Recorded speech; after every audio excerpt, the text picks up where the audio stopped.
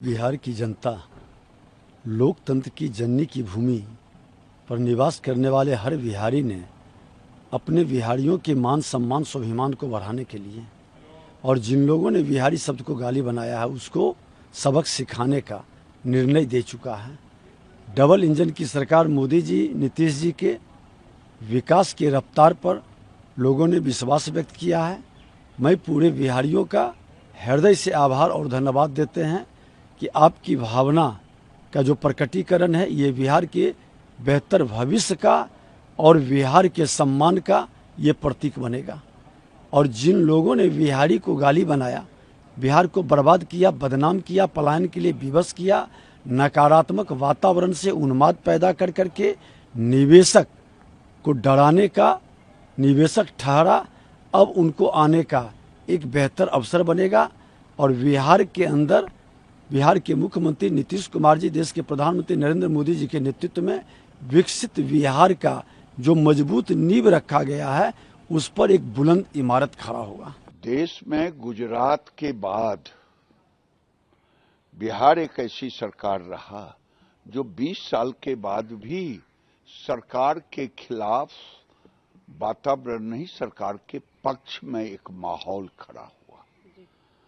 और हमें तो लग रहा है 2010 से, मैं डे 1 से कह रहा हूं, अधिक स्ट्राइक रेट रहेगा, क्योंकि महिलाओं में जिस ढंग का एक उत्साह था सरकार के प्रति, तो ये आने वाले दिन में, और अपोजिशन जहां तक है मनपुआ पका रहा है, अपने मन से पकाना भी चाहिए। लेकिन मैं पूछता हूं, आखिर वोट क्यों देता लालू यादव को, क्यों राहुल गांधी को? क्या लालू यादव को इसलिए वोट कि भ्रष्टाचार के दलदल में जेल में डूबे हुए, जेल में पड़े हुए, या बेल से पड़े हुए? राहुल और गांधी को तो डूब करके मर जाना चाहिए। 30 चुनाव हार चुके, अभी भी थेथरोलॉजी का हद है। फिर चुनाव जीत जाएंगे तो राहुल गांधी, हार गए तो चुनाव आयोग, ईवीएम, फिर ये रोएंगे। फिर मैं कह रहा हूं, राहुल गांधी, तेजस्वी, ये सब मुखालपत में है लालू यादव। बम्पर वोटिंग है, 2/3 से अधिक बहुमत से एनडीए की सरकार बनने जा रही है। नीतीश कुमार जी का सुशासन, नरेंद्र मोदी जी का मार्गदर्शन, विकसित भारत जो नरेंद्र मोदी जी ने संकल्प लिया है, बिहार ने ठान लिया है उस संकल्प को पूरा करना है। और विकसित भारत का संकल्प का जो नींव होगा, जो नींव की ईंट होगी, वो विकसित बिहार होगा। बिहार वासियों के प्रति हम आभारी हैं। भारतीय जनता पार्टी एनडीए के तमाम दलों के कार्यकर्ताओं के पुरुषार्थ और पराक्रम का परिणाम आने वाला है।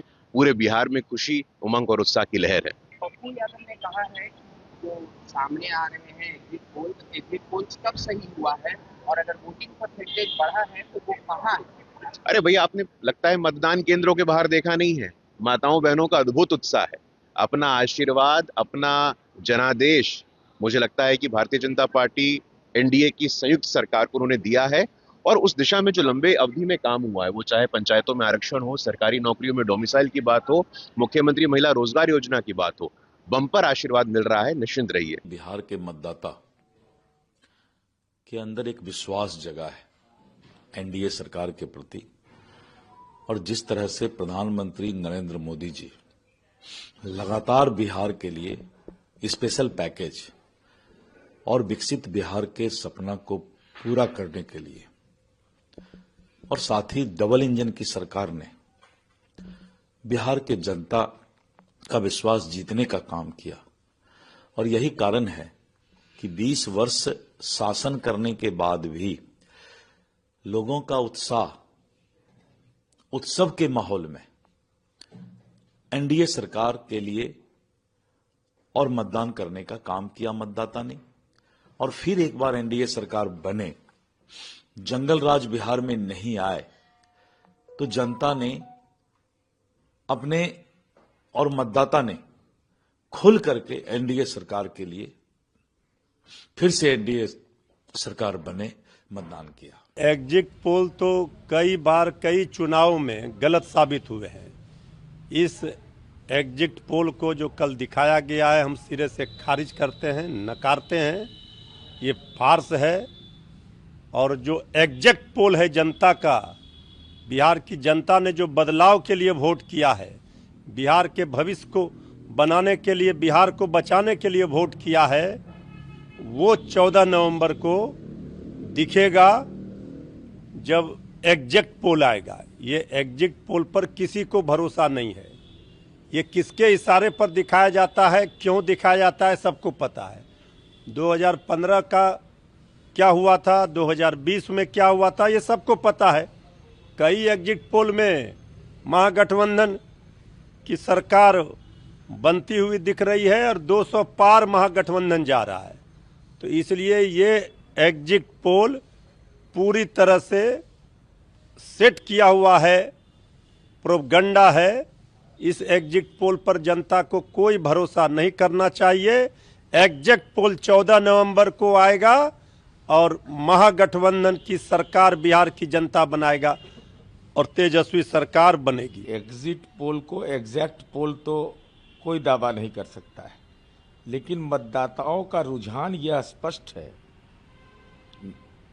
कि बिहार में फिर नीतीश कुमार जी के नेतृत्व में एनडीए की सरकार बनेगी।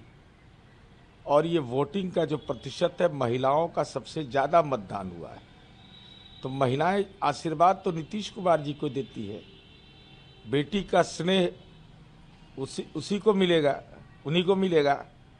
भाई, कन्यादान के लिए हमने योजना बनाई है, मुख्यमंत्री कन्या विवाह मंडप योजना, कि जिसको कन्या का आशीर्वाद हो, माता बहन का आशीर्वाद हो, दुनिया में कोई उसको रोक सकता है।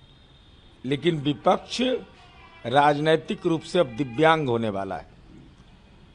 तेजस्वी जी के नेतृत्व में लगातार पराजय ही पराजय।